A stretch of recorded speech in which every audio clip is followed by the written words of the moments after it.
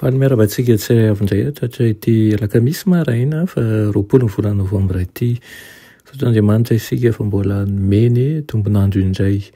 Rahafahatsika miaraka miaina, miaraka amin'ny Kristy eto amin'ity maraina ity, andray ny fahasoavany, andray ny voninahiny ihany koa.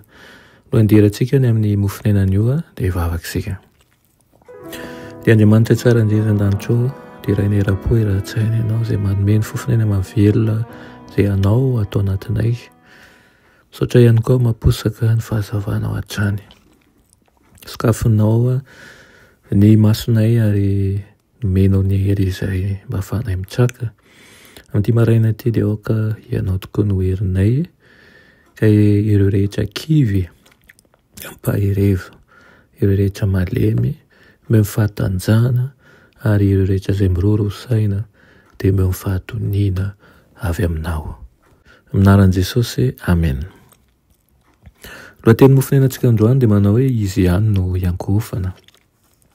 Amin'ny Deutéronomie 7:5 sy 5 manao hoe ny alitara no ravahana ary ny tsangambato ny tsampiny ho vakivakiana, ny asera ny ho kapainao ary ny sarin-javatra voasikotra ho doranao amin'ny afo, fa firenena masina ho an'i Jehovah Andriamanitra ao ianao. Amen. Tian'Andriamanitra ho takatry ny olona fa izy irery ihany no tokony ho antony fiankofan'izy ireo, ary rehefa andresy an'ireo firenena mpanompo sampy manodidina azy ireo dia tsy tokony hitahiry ny tsangambato tsampy izay kofan'ireo firenen'ireo fa handravan'izany tanteraka. Tena lafo vidy ary vita tamin'ny taon-javatra kanto ny akamaroan'ireny Andriamanitra ny jentilisa ireny. Mety nakafanahan'ireo manatry maso ny fiankofana amin'ny sampy izany mba ny fanajanan'ireo zava-pon'ireo. Tiany tompo fantatry ny olona fa noho ny fanompo-tsampy an'ireo amin'ny firenena izay mitarika azo amin'ny fahatrapaharatsimpana rehetra, nahatonga azy mampiasa ny Israelita ho fitaovany mba hamaizana azy ireo sy handringanana ny Andriamaniny. Hoy ny Exodosy 7:20 manao hoe ary hatramin'ny ranomasina mena ka hatramin'ny ranomasin'ny Filistina no ataoko faritaninao, ary hatramin'ny efitra ka hatramin'ny ony, fa nolotra ny mponina amin'ny tany eo an-tananareo aho ary handroaka azy eo alohanao ianao. Niankina tamin'ny fankatoavan'ny vahoaka n'ireo teny fikasana nataon'Andriamanitra ho azy ireo. Raha nompan'i Jehovah amin'ny fahafenoana izy dia hanao zava-dehibe ho azy izy.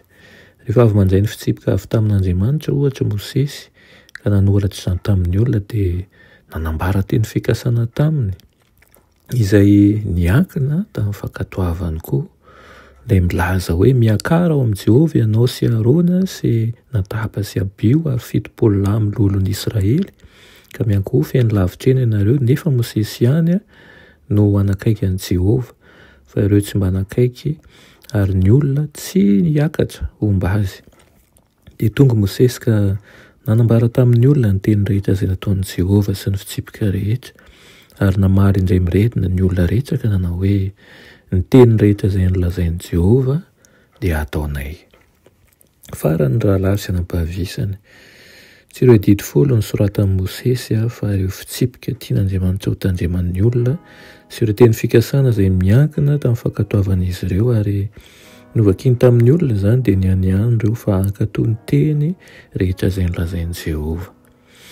Amin'ity maraina ity izany dia todika ny saintsika ny amin'ireo sampy rehetra iankofana amin'izao fotoana izao ihany koa, amin'ny lafiny endriny maro izy ireny, amin'ny lafiny mahasarika ny maso, mampitehizà ary manintona tokoa.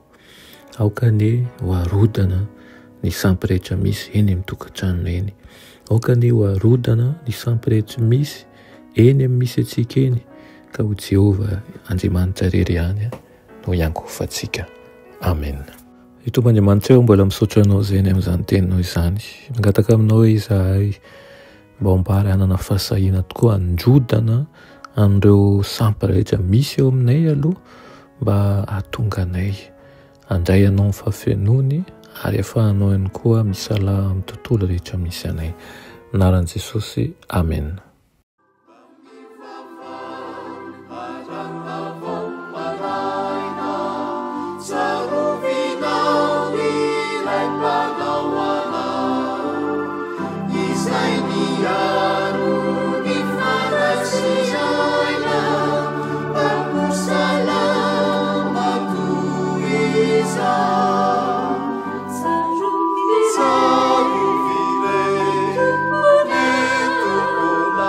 Savior.